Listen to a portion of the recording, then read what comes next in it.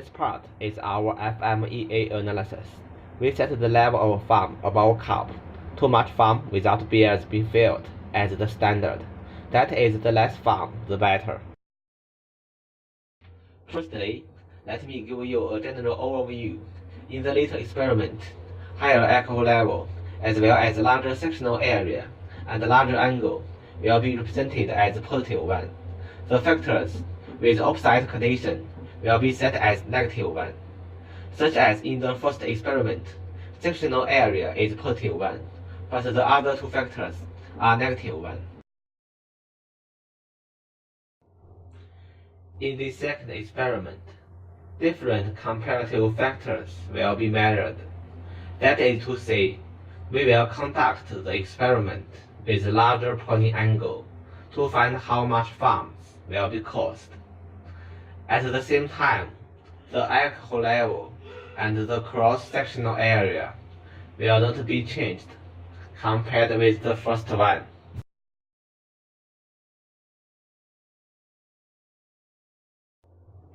In the next one measurement, we will use the beers with higher alcohol level to monitor the foams caused.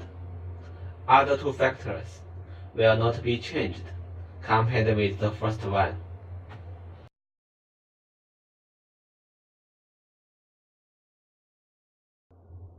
More comparative experiments will be done. In this section, larger cross-sectional area as well as larger angle will be measured. At the same time, the beers with higher alcohol level will be used in this part. There are some changes in this measurement. Smaller angle is supposed to be taken, which can be represented as -1. However, the fact that higher alcohol content is still kept. The data that foams caused in a specific cup with larger sectional area will be collected. The most important comparative experiment is conducted in this part. Three factors that lower alcohol level, smaller angle, and smaller cross-sectional area will be taken. We assume the data collected will indicate some differences towards the first one measurement.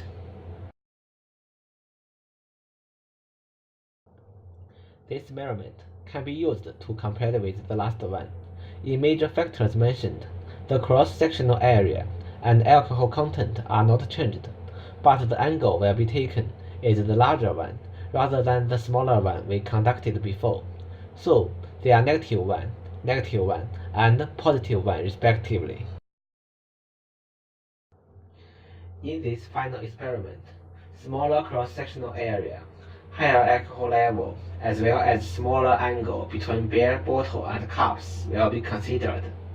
After that, comprehensive data will be collected, and comparative analysis will be done.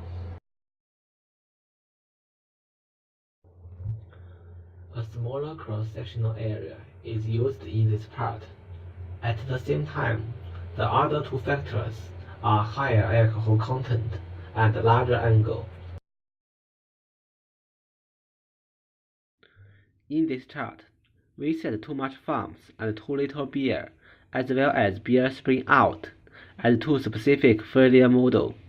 Then we rank the effects of them and research the reasons, such as pouring beer too fast, unsuitable way to pour it out. As we can see, the control method to adjust the weights are offered. Then RPN is given to support the results. Okay, let me introduce the research processing maps to you, which are used for Six Sigma methods to represent the fundamental procedures and their relationships. After we decided to conduct some experiments on foams caused by different beers and pouring weights, we are supposed to buy glasses with different size and beers with different alcohol level, as well as making a choice towards which measurement methods can be used. In this second part, we will clean the glasses and pour out beers. The comparative experiment with two kinds of beers in different alcohol level and glasses in different cross-sectional area will be done to measure which factor will lead to more farms. The volume of farms need to be measured and collected. Besides, the angle when pouring the beers between glasses and beer bottle is regarded as another factor. We will measure it like above.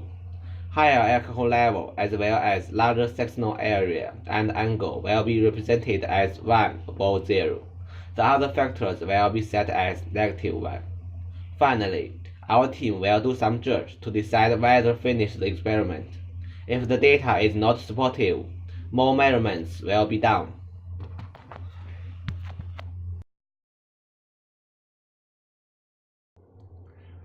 According to the results, the p-value is 0.003, which indicates that the interaction from the full middle is significant, so there is no need to generate another two-way ANOVA table.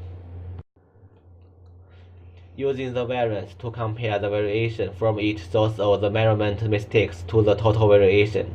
In these results, the percent contribution content in the gauge RR table shows that the variation from part to part is 99.47%. This value is much larger than total gauge RR, which is 0.53%. So much of the variation is due to the differences between parts. Using percent study variance to compare the measurement system variation to the total variation. The total gauge RR is 7.28% of the study variation, which is less than 10%. Therefore, the measurement system is acceptable.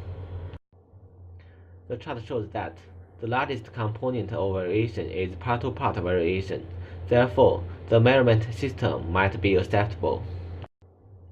In the X-bar chart by operator, most of the points are outside the control limits, so much of the variation is due to differences between parts. As we can see from the chart, the differences between parts are large. The response by operator chart indicates that the differences between operators are smaller than that of parts. The measurements of two operators have no significant differences. In the operator part interaction, although the lines are around parallel, the p-value for the interaction found in the table is 0.003. This result means that there are significant interaction between parts and operators.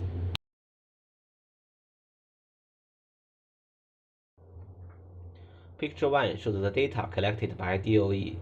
The experiment data had been sorted and ranked by decreasing the value of output. Picture 2 and Picture 3 are the parallel chart and the normal plot. In these two pictures, factor A stands for the cross-sectional area of the glasses, factor B stands for the alcohol level of the beers, and factor C stands for the angle. From these two pictures, it is obvious to see that each single factor and their interactions, including AB, AC, BC, and ABC, are all critical to the yield, which is the height ratio of farms to beer.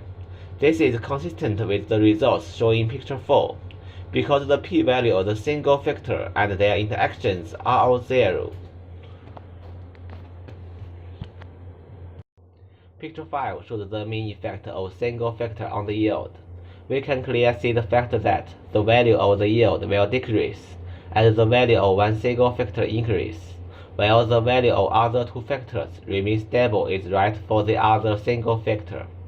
And it is obvious that the cross-sectional area and angle are the most significant factors for the yield. Picture 6 shows the average yield at each combination of factor levels, making it easier to see the direction necessary for the next DOE analysis. In Picture 7, it shows a relative regression equation. Therefore, if the value of the three factors are set to be specific values, we can get an estimated value of the yield by putting it into the regression equation. In Picture 8, we can see that the value of the residuals are lying in the range from negative 0.05 to positive 0.05, and it seems that they are normally distributed with mean 0. Besides, all residuals are within the control limits.